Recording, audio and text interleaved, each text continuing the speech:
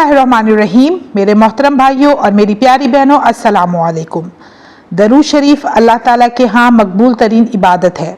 दरूद पाक की बरकत से जो नूर मिलता है वो दुनिया में भी साथ रहता है, कब्र में भी साथ होता है, और यही नूर पुल सिरात भी पार कराएगा, और इंशाअल्लाह यही नूर नबी करीम सल्लल्लाहु अलैहि वसल्लम की शिफात का बाइस भी बनेगा। तमाम इबादत में सबसे ज़्यादा अफजल दरूद पाक है।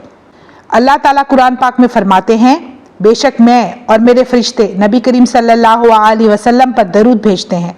ए ईमान वालो, तुम भी उन पर खूब दरूद और सलाम भेजो।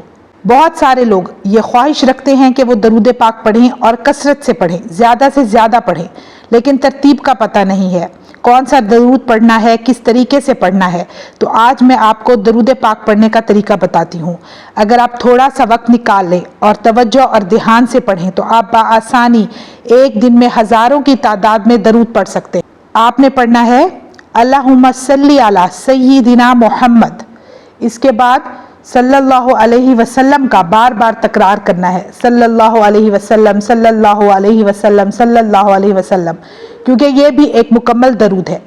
अगर दरमियान में किसी काम की वजह से दरूद पाक को मौकूफ़ करना पड़े तो फिर दोबारा शुरू करें, दोबारा से अल्लाहुम्मा सल्ली अला सय्यिदिना मुहम्मद पढ़ें और फिर सल्लल्लाहु अलैहि वसल्लम, सल्लल्लाहु अलैहि वसल्लम का बार बार तकरार करें।